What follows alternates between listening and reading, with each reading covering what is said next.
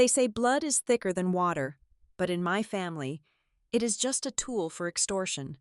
When my parents showed up with cardboard boxes and one forged property deed, they thought they were foreclosing on their quiet, obedient daughter. They had no idea they were walking straight into my trap. Have you ever looked at the two people who gave you life and realized they are ruthless predators? Brace yourself, because this betrayal is served freezing cold. Hello, dear listeners of Maya Revenge Stories. I want to start by sincerely thanking you for your endless support. Unfortunately, YouTube has completely demonetized our channel, leaving us with no budget to operate, which means we will be forced to stop uploading new videos here in the near future and shift our focus entirely to Patreon. If you enjoyed today's story, please consider supporting us by joining the Maya Revenge Stories Patreon, where you will find exclusive, longer, and even more incredible true stories with highly detailed situations we simply cannot share on YouTube, all brought to life by a cast of emotional voice actors. You can easily join by scanning the QR code on your screen or by clicking the Patreon link in the video description or the pinned comment. Now, let us dive into today's story about a woman named Mila Miller. I am 32 years old, and I work as a senior risk analyst at Vanguard Horizon Analytics. My entire career is built on identifying threats, anticipating worst-case scenarios, and neutralizing financial disasters before they can cause irreversible damage. I spend my days analyzing human greed, market volatility, and corporate deception. Yet, with all my professional training, nothing could have prepared me for the brazen invasion waiting for me inside my own sanctuary. It was a Tuesday evening when I finally returned to my quiet suburban home in Austin, Texas. I had just survived a grueling 14-day business trip to London. Filled with endless board meetings and severe jet lag, all I wanted was to step into my peaceful house, take a scalding hot shower, and sleep for 12 unbroken hours. I pulled my car into the driveway and pressed the button on my visor to open the garage. Nothing happened. Frowning, I got out of the car and punched my personal access code into the exterior keypad. A harsh red light flashed, accompanied by a sharp error beep. The code had been changed. A cold spike of adrenaline hit my chest, but I pushed it down. I grabbed my heavy suitcase, walked around to the side entrance, and unlocked the door using my physical backup key. The moment I stepped inside, my senses were assaulted. Instead of the familiar, calming scent of my lavender essential oil diffuser, the air was thick with the suffocating, powdery stench of my mother's cheap floral perfume, mixed with the dusty odor of old cardboard. I walked into my living room and stopped dead in my tracks. My meticulously clean, minimalist space had been turned into a disaster zone. Dozens of heavily taped cardboard boxes were stacked haphazardly against my freshly painted white walls. My custom-made designer sofa was completely buried under a mountain of ugly suitcases, vacuum-sealed bags overflowing with winter clothes, and random household junk. Sitting right in the middle of this chaotic mess was my father, Richard. He was casually leaning back in my favorite reading chair, his shoes resting on my glass coffee table. In his hand, he held a crystal tumbler filled to the brim with my most expensive, aged bourbon. My mother, Eleanor, was busy pacing across my hardwood floor, rearranging my decorative items on the mantel as if she had already claimed ownership of the property. "Mila, darling, you are finally home," Eleanor announced, her tone dripping with that artificial, sugary sweetness she only ever used when she was preparing to extract a massive favor from someone. I dropped my briefcase onto the floor with a loud thud. What is going on here? Why was my garage code changed? And why is all this garbage in my house? Richard took a slow, agonizingly arrogant sip of my bourbon. He did not even bother to stand up to greet his daughter. We had to make a few minor adjustments to the security system for our own convenience. We are living here now. The bank officially foreclosed on the Chicago house last week, so we packed up what we could and drove down. My mind raced. Foreclosed? The Chicago house was a massive, fully paid-off estate located in one of the most exclusive neighborhoods in the city. Eleanor rushed over, aggressively attempting to grab my hands, but I took a sharp step back, refusing to let her touch me. "Mila, Please, you have to try to understand, she whined, instantly slipping into her favorite role as the helpless victim. You are the only hope this family has left. We have absolutely nowhere else to go. Now, be a good, supportive daughter and go clear your personal belongings out of the master bedroom. Your father has a terrible back, and we need the extra space and the larger mattress for his comfort. I did not scream.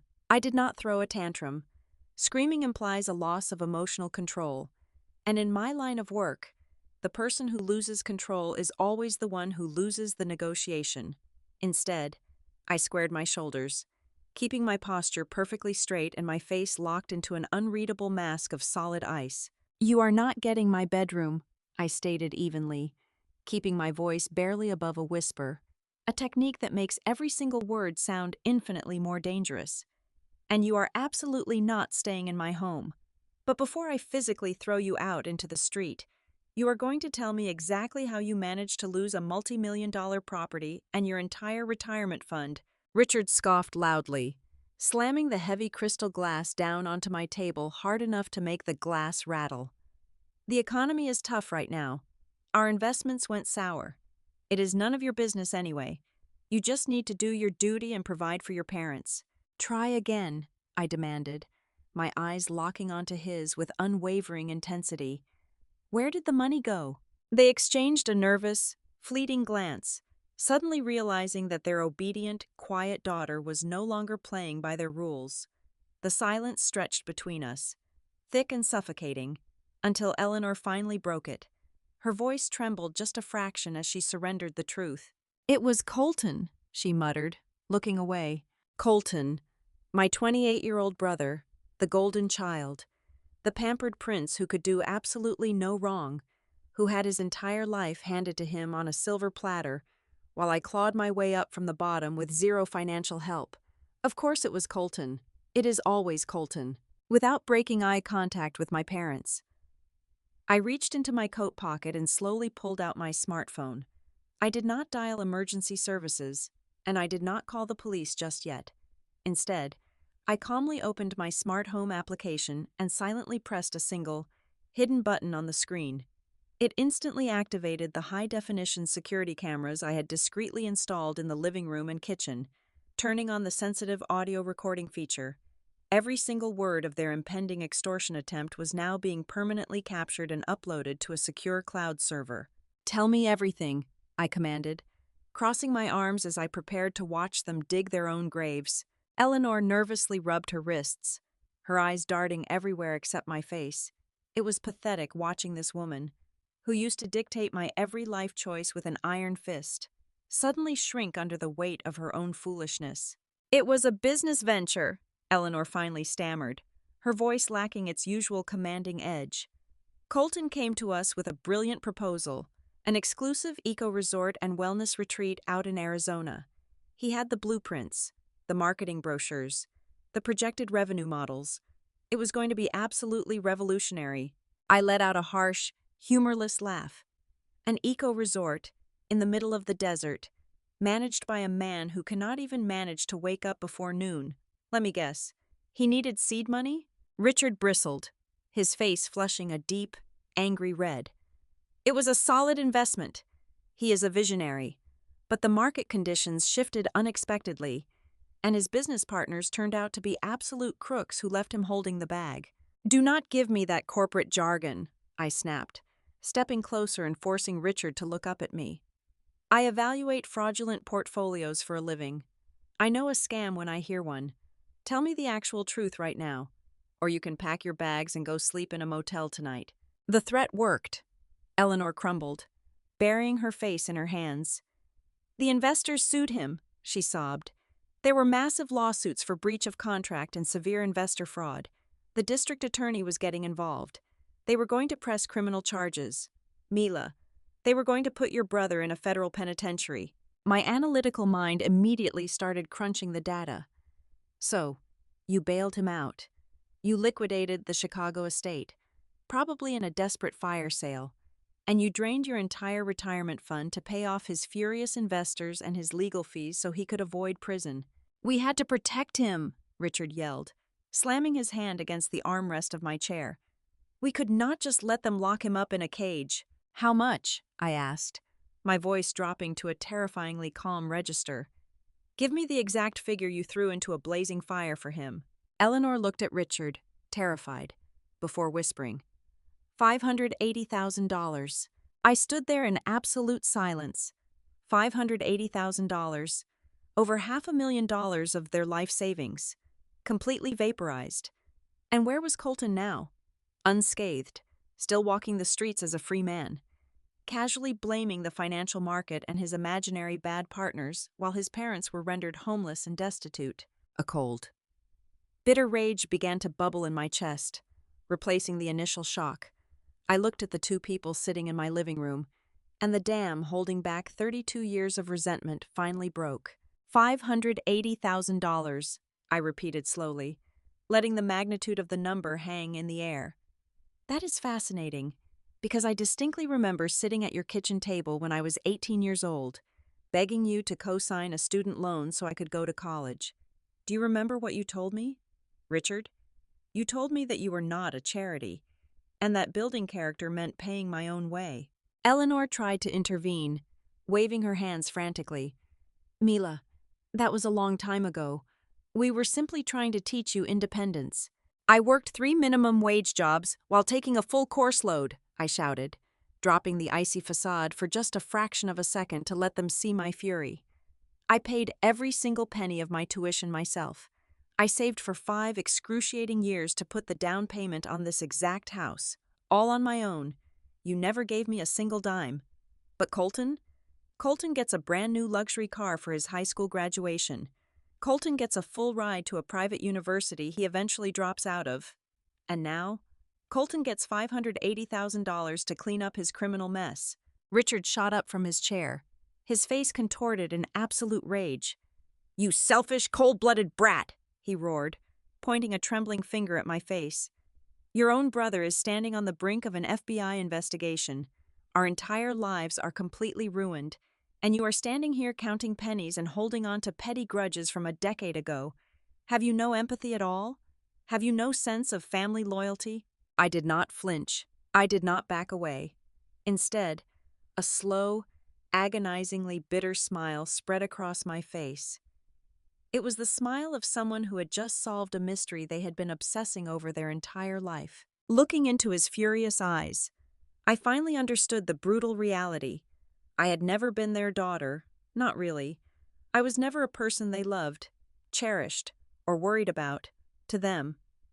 I was nothing more than an unpaid insurance policy, a backup plan they completely ignored until the moment they went bankrupt trying to save their golden child. Now, they were here to cash out my life to cover his debts. Richard sneered, reaching down into a battered leather briefcase resting heavily by his feet. The sharp sound of a metal zipper unfastening cut through the tense, suffocating silence of my living room. He pulled out a thick stack of legal documents, bound tightly by a heavy black clip, and slammed them down onto my glass coffee table. Since you are so obsessed with how things are paid for, Richard snapped, tapping the top page with his index finger. Here is the solution. Read it, sign it. We can get this over with and act like a real family again. I picked up the stack. The title at the top read, Family Asset Trust Agreement. My eyes scanned the dense paragraphs, automatically translating the predatory legal jargon into plain English. My mind, trained for years to assess catastrophic corporate risks, immediately categorized this situation not as a family dispute, but as a hostile domestic takeover. It was a financial death warrant designed to permanently chain me to my brother's failures. The contract explicitly required me to take out a second mortgage on my home, the very home I was standing in, to extract exactly $300,000 in raw cash.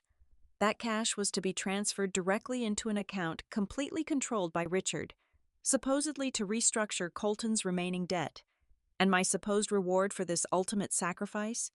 A hidden clause granting my parents the legal right of permanent residency in my house, while I remained solely responsible for paying the massive monthly mortgage indefinitely. They wanted to turn me into their indentured servant, paying rent on my own life so they could live comfortably while bailing out their golden child. As I flipped to the final pages, my blood turned to absolute ice.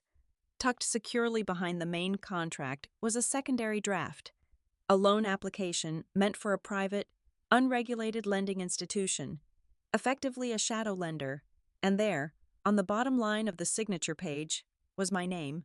It was not a blank space waiting for my pen. It was already signed. I stared at the blue ink, the loops, the slant, the specific way I crossed my letters. It was a nearly flawless forgery of my signature. They had practiced this. They had come into my home fully prepared to commit felony identity theft, to secure black market funds if I dared to refuse them.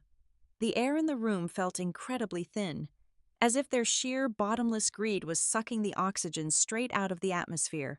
Before I could even vocalize the sheer criminality of what I was looking at, Eleanor launched her psychological assault. She dropped heavily to her knees right there on my hardwood floor, grasping violently at my pant leg, tears streaming down her carefully powdered face. "You have to sign it, Mila," she wailed, her voice echoing shrilly off the walls. "If you do not do this, your brother will be locked in a federal cell. He will not survive in there. If he goes to prison, your father and I will have nothing left to live for. We will end it. Mila, we will end our lives, and our blood will be permanently on your hands for the rest of your miserable life." When she saw that my expression remained entirely blank, the weeping victim act vanished instantly. It was replaced by a vicious, calculating glare that revealed her true nature. She stood up abruptly, aggressively wiping her eyes with the back of her hand. "And do not think you can just walk away from us," Eleanor hissed, stepping so close I could smell the bitter, stale coffee on her breath. "If you turn your back on this family, I will personally drive down to the Vanguard Horizon Analytics headquarters tomorrow morning. I will stand right in the middle of your pristine corporate lobby and scream to every executive, every high-paying client, and every colleague about what a heartless, ungrateful, abusive daughter you are. We will humiliate you until they fire you to avoid the public relations nightmare. I will absolutely destroy that precious career you care so much about." The sheer audacity of the threat was breathtaking. They were holding a loaded gun to my livelihood, my home, and my sanity. A weaker person would have crumbled under the weight of the guilt. A normal, reactionary daughter would have cried, begged, or ripped the papers into shreds in a fit of righteous fury. But ripping up the document would destroy the physical evidence of their premeditated fraud. I looked at the forged signature one more time, memorizing the criminal intent permanently stamped onto the page. I did not yell. I did not tear the paper. I calmly aligned the edges of the stack, walked over to my work briefcase sitting by the door, and slipped the entire folder securely inside. I snapped the metal clasps of the briefcase shut with a satisfying click. Turning back to my parents, I forced the corners of my mouth into a soft, yielding smile. "This is a massive financial commitment," I said softly, intentionally injecting just enough vulnerability and exhaustion into my voice to make it believable. "I am completely overwhelmed by all of this. Let me keep the paperwork. I just need one night to think it over and process everything. We can finalize the details tomorrow morning." Richard exchanged a highly triumphant look with Eleanor. He leaned back heavily into my reading chair, visibly relaxing his tense shoulders, a smug, arrogant grin spreading across his face. In their minds, they had already won the war. They thought they had successfully broken me and bent me to their will. They did not realize that they had just willingly handed me the murder weapon, and their execution was scheduled for dawn. I locked myself in my home office exactly at midnight. I did not sleep a single wink. The ambient glow of my 3 high-resolution monitors bathed the dark room in a cold, clinical blue light. My parents had smugly gone to sleep in the guest room, thoroughly convinced they had successfully cornered their quiet, obedient daughter. They completely forgot that my entire professional existence revolved around hunting down hidden assets, exposing corporate perjury, and dismantling elaborate financial frauds. They thought they could outsmart a senior risk analyst with a fabricated sob story and a forged document. I cracked my knuckles, opened my encrypted terminal, and went to work. I bypassed the standard public search engines and logged directly into the restricted, private corporate intelligence databases I had clearance to use for my firm. I had the name of Colton's supposedly bankrupt company, and that was the only loose thread I needed to unravel his entire pathetic sweater. I ran the tax identification numbers. I cross-referenced the registered business agents. I audited the state filings. It took me exactly 3 hours to hit the bottom of his magnificent lie. The revolutionary eco-resort, out in the Arizona desert? It never existed. There were absolutely no land deeds purchased. There were no zoning permits filed with any county board. There were no architectural blueprints, no environmental impact surveys, and no construction contracts. The entire multi-million-dollar project was nothing but a mirage built on stolen internet stock photos and a $40 a month rented virtual mailbox. So, where did the massive fortune go? My fingers flew across the keyboard as I initiated a deep forensic trace on the digital breadcrumbs. I tracked the wire transfers originating from my parents' liquidated Chicago estate. The money did not go to appease furious, litigious investors. There were no investors. The massive lawsuits my mother had cried about earlier were completely fabricated, a theatrical performance designed solely to panic two desperate parents into opening their wallets. Colton did not lose $580,000 to a bad market. He stole it. I watched the data flow across my screen, painting a picture of breathtaking betrayal. The funds were routed through 3 domestic shell companies, effectively washing the money clean. From there, over $400,000 was quietly funneled offshore into a private banking account in the Cayman Islands. But Colton was never smart enough to keep a low profile. He was addicted to showing off, using a secondary holding company. He had immediately wired a massive chunk of that laundered money right back into the United States to purchase a piece of real estate. I pulled up the property records. It was a stunning, ultra-modern luxury villa situated in a highly exclusive gated community in Florida. It featured an infinity pool, imported marble floors, and a private dock. But the deed was not in his name. The primary owner listed on the property was a 23-year-old Instagram swimsuit model, whom Colton had been dating for exactly 4 months. I sat back in my ergonomic leather chair and let out a dry, hollow laugh that echoed in the empty room. The dramatic irony was so incredibly thick I could have choked on it. My parents were currently sleeping on an inflatable air mattress in my guest room. They were facing total bankruptcy, begging for their survival, and trying to extort my home to pay off a phantom debt. Meanwhile, the son they had sacrificed their entire lives to protect was lounging by an infinity pool in a tropical mansion, drinking cocktails funded by their absolute ruin. At 7 in the morning, the smell of burnt toast drifted down the hallway. I printed out a thick stack of documents, organized them into a neat, undeniable dossier, and walked into the kitchen. Richard and Eleanor were sitting at my island counter, drinking my coffee, looking relaxed and entitled. Without saying a single word, I slammed the dossier down onto the granite countertop right between them. The thick, glossy photographs of the Florida villa spilled out first, showcasing the massive pool and the luxury sports car parked in the driveway.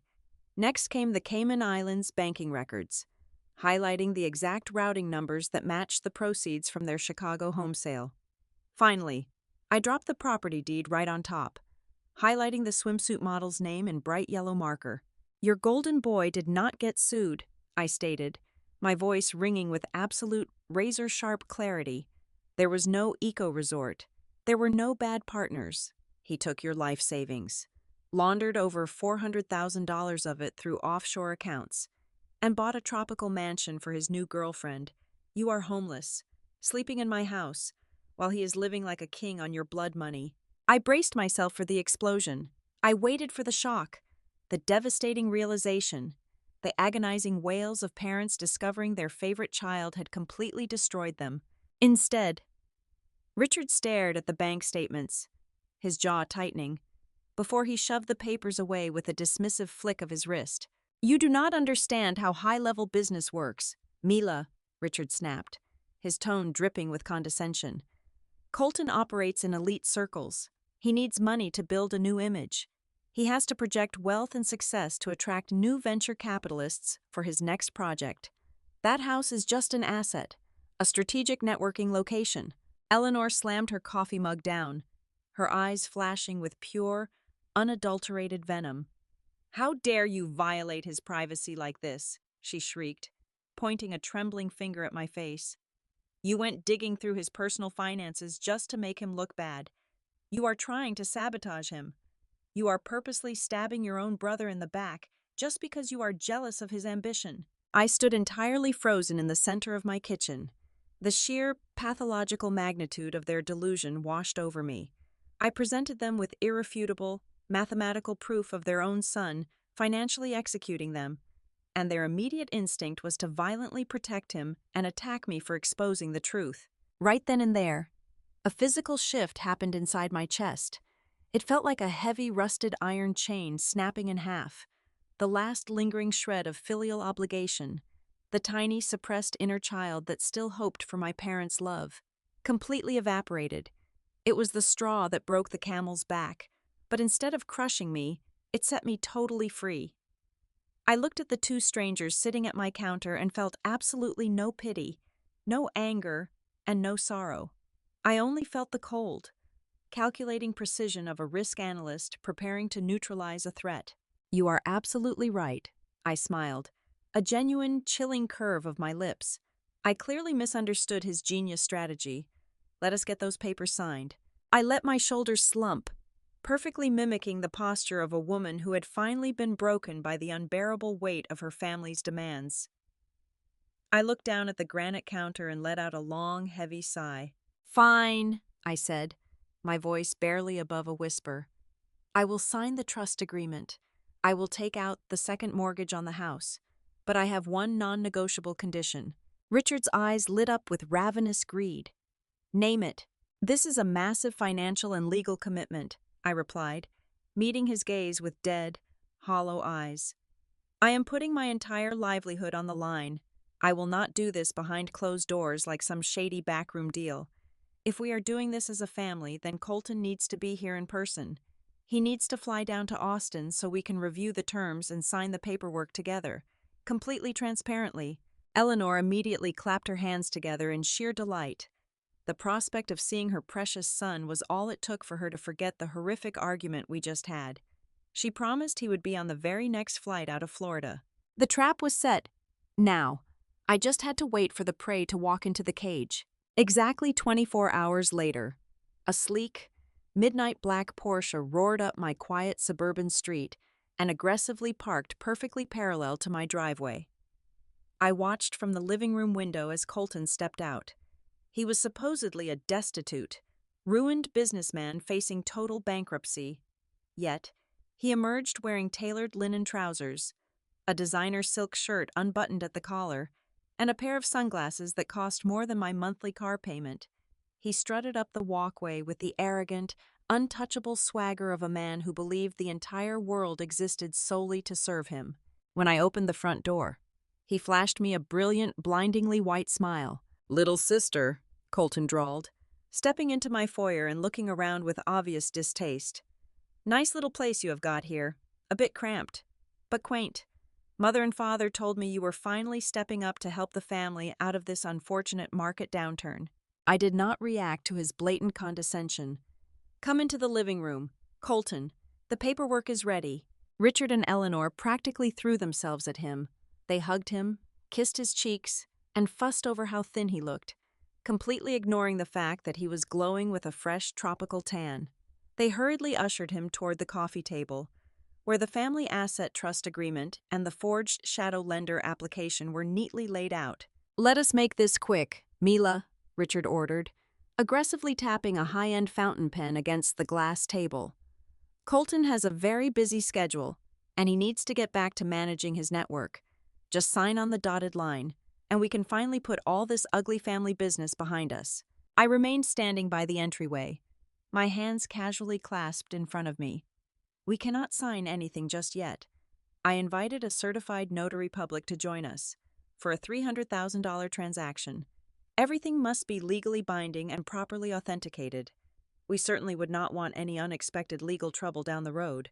Colton rolled his eyes and let out a dramatic, exaggerated groan, throwing himself down onto my sofa. "You always have to make everything so bureaucratic and tedious. Mila, fine. Let us wait for your little paper pusher." Exactly 10 minutes later, the sharp chime of my doorbell echoed through the house. "That must be the notary now," I said, a genuine smile finally gracing my lips. I turned the deadbolt and pulled the heavy wooden door open. Stepping over the threshold was not a mild-mannered notary with an ink stamp. Instead, 3 people walked into my foyer. The first was my personal corporate attorney, carrying a slim leather briefcase. Flanking him were 2 tall, broad-shouldered men wearing stern expressions and dark, unremarkable suits. Hanging from their belts were the unmistakable, gleaming gold badges of the Internal Revenue Service Criminal Investigation Division.